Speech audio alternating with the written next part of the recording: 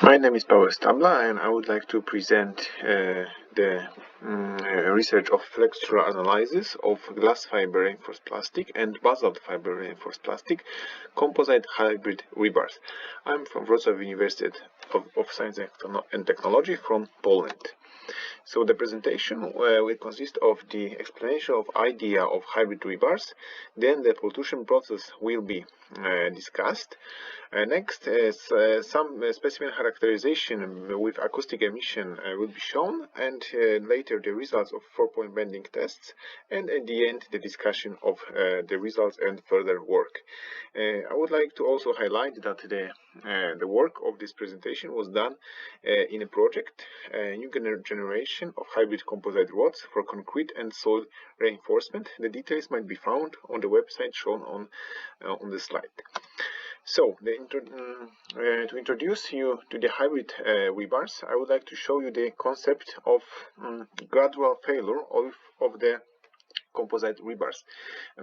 In order to obtain the so-called ductility effect, which can produced by mixing different materials into one composite rod.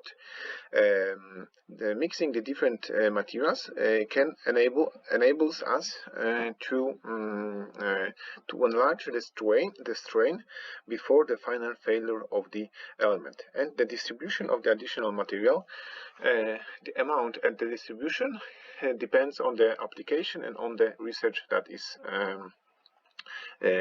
is conducted.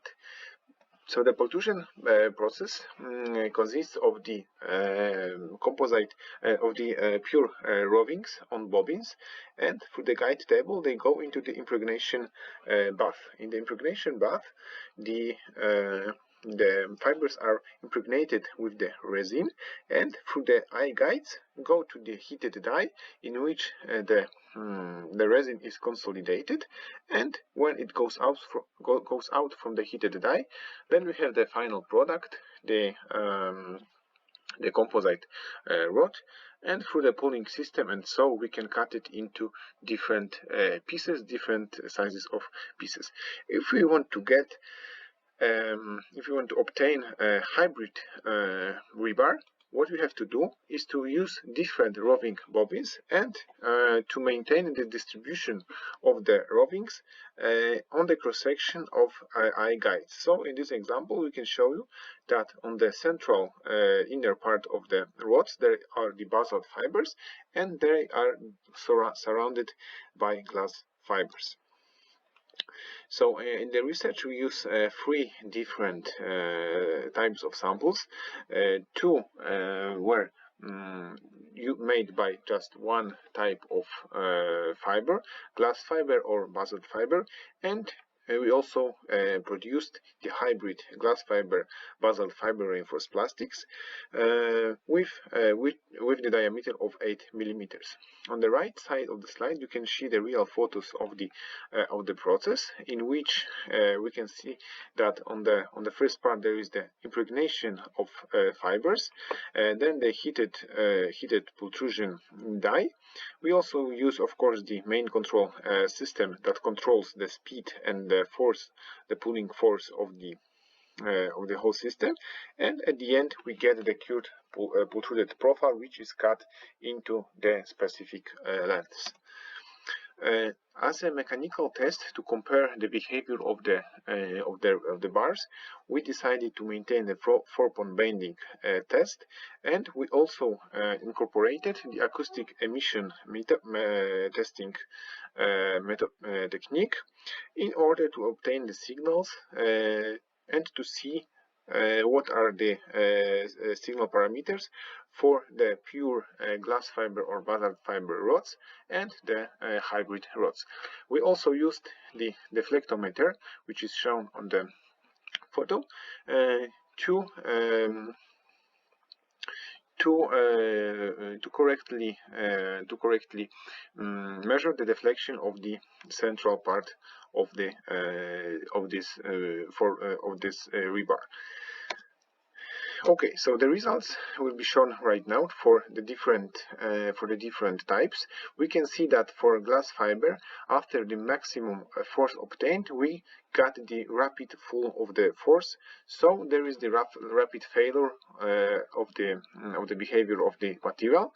And the deflection which is shown might also somehow go back. That is because the deflection was measured by the deflectometer, not it is not the displacement of the machine. It's the deflection of the rebar, which is in correction with the truth experiments.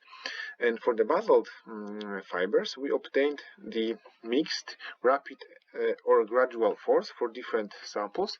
So this material shows a bit of the pseudo-ductility effect, but when we see the hybrid rebar with the glass fiber and basalt fibers in one material, we can see the pseudo-ductility effect, which is shown that we have the falls, but also then the forces grows up and then falls once again, and it happens a few times.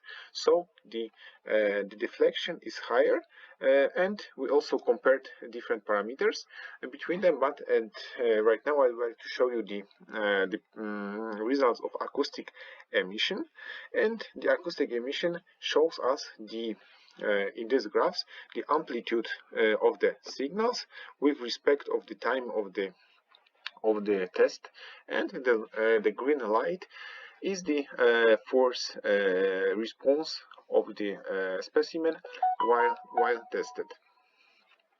So what we can see is that when we have a slight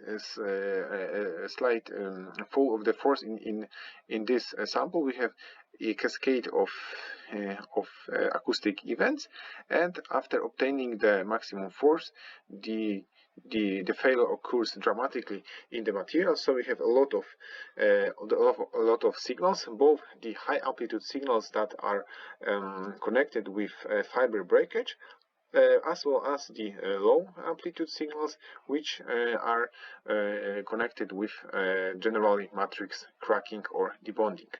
That is for the glass fibers samples. On the bottom we have the basalt fibers results, and on the central part we see the results of acoustic emission for the hybrid sample. And we can see also in here that there was a slight acoustic cascade in the middle of the test, but later there were no events recorded almost, and while obtaining the maximum force, the amount of signals increased dramatically, also both connected with fiber breakage and matrix cracking. A different acoustic emission results are shown in here. As you might seen on the photo of the experimental setup, the acoustic sensors were placed at the ends, at both ends of the samples, in order to try to locate the acoustic events. So we try to locate the events, and here we can see the graphs in which on the x-axis we have the location, and on the y-axis we have the amplitude on the left, and also the additional parameter, which is the frequency, which is corresponding to the acoustic emission location. So we can see that the highest intensity was around the place that the force was put on the sample, in both cases for glass fiber and basalt fibers, and a great amount of acoustic events for the hybrid rebars. And generally the frequency in these cases was pretty low, as well as the amplitude, which is somehow connected to the matrix cracking and debonding failures, also the delamination. to quantitatively compare the pure composite rods with hybrid rods, we calculated the accumulated strain energy, and we see that for hybrid rebars the energy is significantly higher than in the basic glass fiber or basalt fiber specimens. So to conclude, I would like to say that the brittle behavior of composite bars might be somehow diminished by the hybridization manufacturing method. The produced hybrid bars exhibit the desired cytoductility effect, which was investigated in 4-point bending test.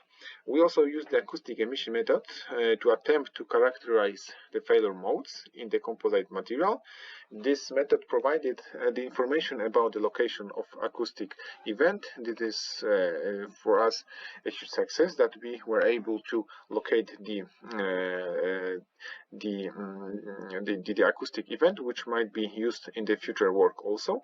And for the future work, it is planned to manufacture more complex bars in terms of the material and the distribution, so the different distribution of the hybrid fibers in the cross section of the rebar.